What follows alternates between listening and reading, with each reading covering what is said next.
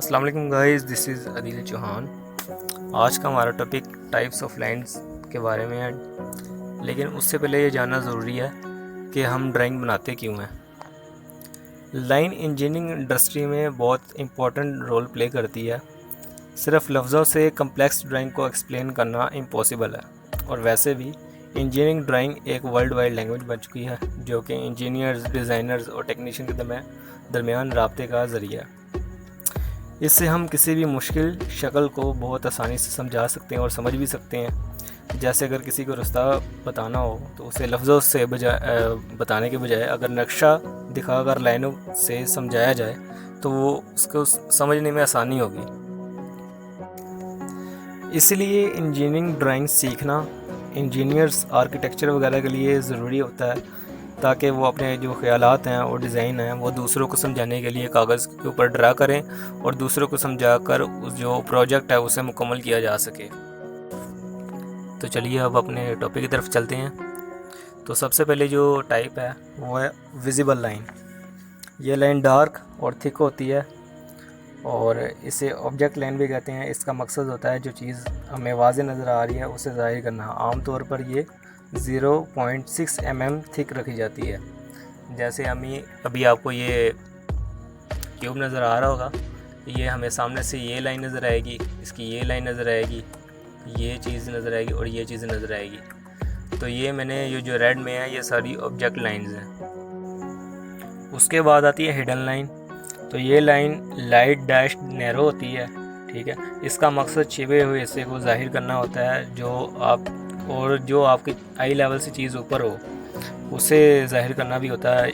ये इसे 0.3 mm thick रखा जाता है और कभी कभार इसे छोड़ भी दिया जाता है। जैसे कि अभी आपको ये क्यूब नज़र आ रहा है, ये हमें सामने से क्यूब की ये चीज़ें नज़र नहीं आएंगी, लेकिन इसके पीछे ये हैं, तो इस वजह से हमने ये छुपी हुई है तो इसे हमने इस हिडन लाइन से ज़ाहिर कर दिया।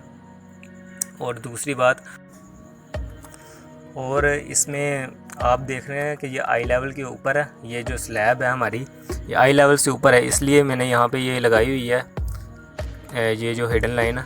तो आई लेवल से ऊपर हिडन है। अगर ये नीचे होती है, अगर यहाँ पे कोई स्टेप वगैरह बन रहा होता, कोई राइज़र वगैरह या ट्रेड वगैरह स्टेप बन रहा होता, तो फिर मैं इसे हिडन नहीं करता, इसे विजिबल लाइन में कर देता। अगली टाइप है कंस्ट्रक्शन लाइन की। ये लाइन लाइट लगाई जाती है। इसका मकसद सिर्फ चेक करने की होता है कि जहाँ हम लाइन लगा रहे हैं वो जो ऑब्जेक्ट है वो ठीक बन भी रहा है कि नहीं। जैसे कि अभी मुझे अगर यहाँ पे कोई इसी की जो डायमीटर है इसी के मुताबिक मुझे यहाँ पे एक स्क्वायर या रेक्टेंगल बनाना है, तो मैं उसे चेक करूँगा कि कितना बनता है। तो मैं यहाँ पे XL एंटर करूँगा, फिर V एंटर करूँगा, जो कि कंस्ट्रक्शन लाइन की कमांड है। उसके बाद मैं यहाँ पे इसके वर्टिकल लगा लूँगा। उसके बाद एस्केप, फिर XL या खाली स्पेस ही प्रेस कर दूँगा, हॉरिजॉन्टल। अभी ये देख रहे हैं कि ये अभी मेरे पास एक रेक्टेंगल चीज़ बन गई है। अभी मैंने देखा कि हाँ ठीक है। अभी ये जो कंस्ट्रक्शन लाइन है ये इसका काम ख़त्म हो गया।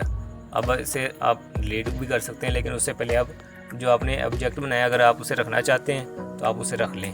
जैसे कि मैं इधर रेक्टेंगल बना देता हूँ। ये अब इसका काम ख़त्म है, इसको मैं डिलीट कर देता हूँ। तो ये कंस्ट्रक्शन लाइनें इसलिए होती हैं कि आपने जो ऑब्जेक्ट बनाया वो उसे चेक करने के लिए हाँ भी ऐसा ठीक बन भी रहा है कि नहीं। उसके बाद आती है जी सेंटर लाइन।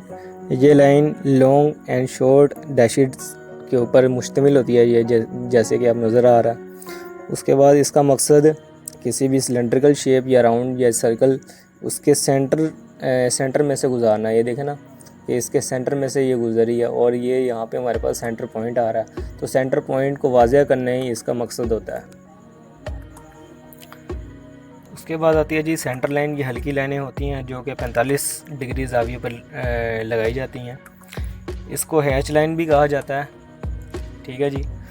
और ये इसको सेक्शनल व्यू में लगाई जाती हैं, जिसका मकसद मटेरियल को ज़ाहिर करना होता है। ये लाइंस आम तौर पर चिनाई की दीवारों में ज़ाहिर की जाती हैं। ये चिनाई की दीवारें हैं जो कि ईंटों की चुनाई हुई है, और यहाँ पे मैं ऐसे शो कर रहा हूँ कि यहाँ पे ईंटों की चुनाई हुई है।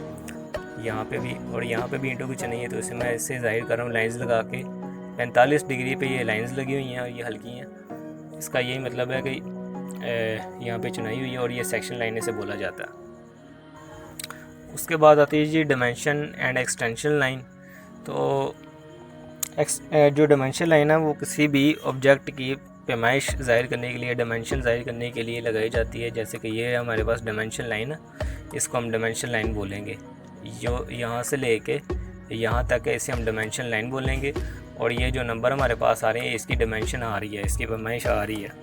और उसके बाद एक्सटेंशन है, जो कि जहाँ से हम ऑब्जेक्ट शुरू कर रहे हैं, यहाँ से ऑब्जेक्ट शुरू हो रहा है यहाँ पे एक लाइन लगी हुई है, और जहाँ पे एंड हो रहा है वहाँ पे एक लाइन लगी हुई है। तो ये एक्सटेंशन लाइनों का यही मकसद होता है कि जहाँ से ऑब्जेक्ट शुरू हो रहा हो और ख़त्म हो रहा हो उसको ज़ाहिर करना। तो डायमेंशन और एक्सटेंशन लाइनों का ये मकसद है। उसके बाद है जी ब्रेक लाइंस। इंजीनियरिंग ड्राइंग में ब्रेक लाइनों का बहुत अहम इस्तेमाल है। इनका इस्तेमाल किसी सेक्शन को अलग करने या छोटा करने के लिए किया जाता है। इसकी दो इकसाम हैं, जैसे कि शॉर्ट ब्रेक और लॉन्ग ब्रेक। हर एक का लाइन वेट अलग है। जैसे कि यहाँ पे ये ब्रेक लाइन लगी हुई है, इसका मतलब ये है ये मैंने यहाँ से दीवार के नीचे लगा दिया। अब इस दीवार के नीचे भी लगी हुई है, इस दीवार के नीचे भी लगी हुई है, और मैंने यहाँ पे लगा दिया एक ही बना के। अभी मैंने इसका साइज़ भी थोड़ा बड़ा कर दिया ताकि एक जो इसकी डिटेल है वो साफ़ तौर पे वाज़ेह हो सके। और इसका ये लगा दिया कि जहाँ पे ये आ रहा होगा, जहाँ पे ये आ रहा और वहाँ पे ये वाली आ रही है ब्रेक लाइन। तो यहाँ पे ये लग रहा है तो इसके नीचे ये भी लगेगा, यहाँ पे भी लग जाएगी ये चीज़। तो अलग अलग बनाने के बजाय आप एक साइड में बना दें, उसे बड़ा करके डिटेल भी अच्छी तरीके से नज़र आएगी, और उसके नीचे आप ब्रेक लाइंस लगा दीजिए। नेक्स्ट है जी कटिंग प्लेन लाइन। तो ये थिक ब्रोकन लाइन होती है, और इसके किनारों पर 90 डिग्री के एरो हेड लगे होते हैं। इसे वहाँ लगाते हैं जहाँ सेक्शन वगैरह काटना हो। और एरोज़ का मतलब ये होता है कि हमने काटने के बाद किस तरफ देखना है।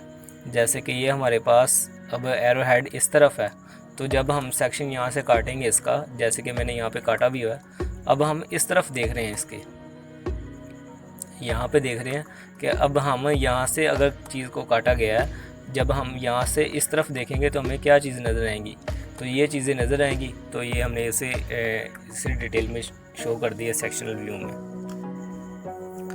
नेक्स्ट है जी फैंटम लाइन।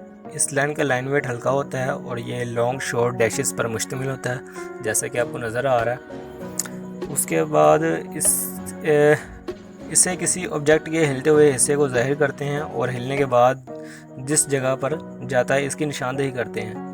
पहले ये ऑब्जेक्ट यहाँ पर था, जब ये हिलता है तो ये इस जगह पर चले जाता है। तो ये जब हिलने के बाद या अपनी जगह चेंज करता है, हम उसकी निशानदेही करते हैं।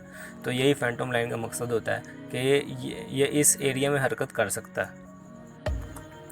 उसके बाद लास्ट है जी लैडर लाइन। इसको हम किसी स्पेसिफिक नोट ज़ाहिर करने के लिए ड्रा करते हैं, और इसे कभी कभार डायमेंशन के लिए भी इस्तेमाल किया जा सकता है।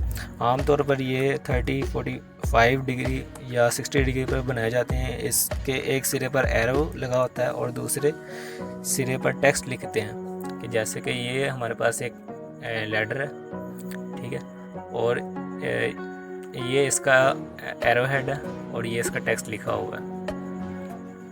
यहाँ पे हम किसी चीज़ को नोट भी कर सकते हैं, जैसे कि यहाँ पे लिखा हुआ है PCC 1:4:8 की रेशो का।